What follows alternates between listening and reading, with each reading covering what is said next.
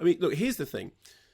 The first Matrix was a real, I know this is a word that's overused, but it was a game changer. I mean, it changed the way that science fiction movies looked in the same way that Blade Runner had done beforehand, in the same way that, something like William Gibson's Neuromancer had kind of, helped invent cyberpunk. So you do have a pre-Matrix and a post-Matrix world.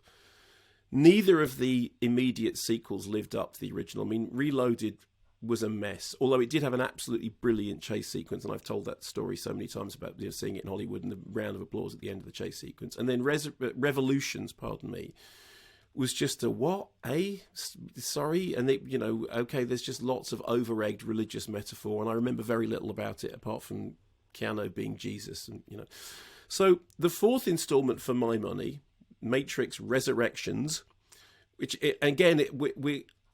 is it just me, or do you find that it's hard to remember the titles? The Reloaded, the Revolutions, Resurrections, anyway. So yeah, I mean they're obviously going for they're going for a theme, but Matrix 4 were doing fine. So I think that Matrix Resurrections is better. Well, certainly better than Matrix Revolutions, and it's kind of on a weird par with Reloaded, in as much as Reloaded was a worse film but had a better chase sequence in it.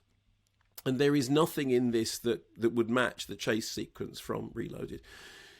It does, I mean, it owes a kind of uncredited inspirational debt, as do so many of these things, to Wes Craven's New Nightmare. In New Nightmare, after the Freddy franchise has run its course and it's finished, we come back to a world in which the makers of the franchise, namely, Wes Craven, Robert Englund, Bob Shaye, find themselves haunted by the thing that they created that refuses to die.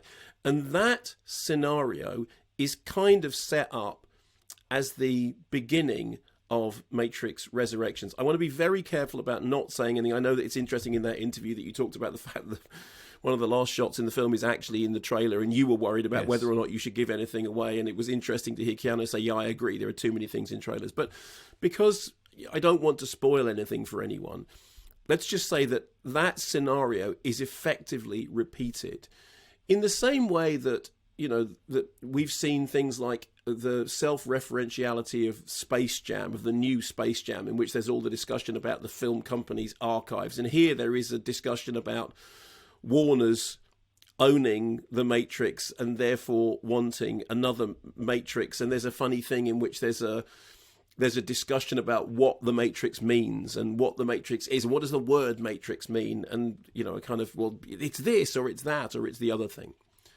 So all that stuff, I think, would make an interesting short film. I think the problem is it doesn't then translate into an interesting long film, because after the short film setup, and bear in mind this is not only happening in the wake of Side by Side, but also there was that documentary, I think it was called A Glitch in the Matrix recently, which talked about, the augmented reality world, this kind of theory that we are already living in an augmented, virtual reality where we just don't realize that we're doing it. And there is a discussion of the Matrix and how the Matrix fed into that idea. I mean, sometimes in very dark ways. So all that sort of metatextual discussion has been had, and in Side by Side, the discussion about even the way the film is made has been had. So after this initial setup, which, as I said, is essentially Wes Craven's New Nightmare does the Matrix, it then turns into another Matrix film, in which it's the same things about, is this happening, isn't this happening? I mean, Keanu Reeves said that the central theory is it's to do with distrusting the present world. Is this the present? Is this not? What is real? And you go, okay, fine. Well, all of that is the stuff that made the first Matrix brilliant and was perfectly distilled, and the first Matrix ended perfectly, and I never believed for one moment when they said it was always intended as a trilogy. Was it, though? I mean, was it? I mean, you might have thought of... In fact, there is a hint in this that it's being set up for... Did you get the sense that there's further movies coming, Simon? Don't know. Not sure. But not sure because it feels like the well has run dry. Yeah? Yeah. I mean, I didn't... I mean, I think we talked in recent weeks about this being for the fans, but, in relation to other films. But I think, fans of The Matrix will enjoy seeing Neo and Trinity again. But do you really think you'll get to the end of this film and think there's another one? No. Well, I didn't think there was another one after the first Matrix. I mean, some of it is visually stylish. Obviously, Lana Wachowski knows how to direct, and Matrix movies have always been absolutely, there's a lot of surface going on there.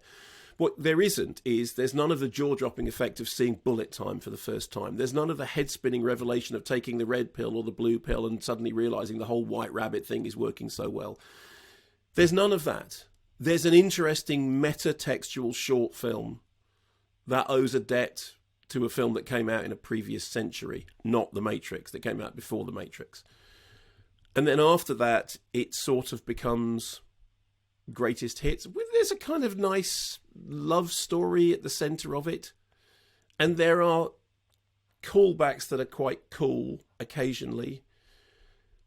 But it did feel... I still think, and I'll still stand by this, The Matrix is a standalone film.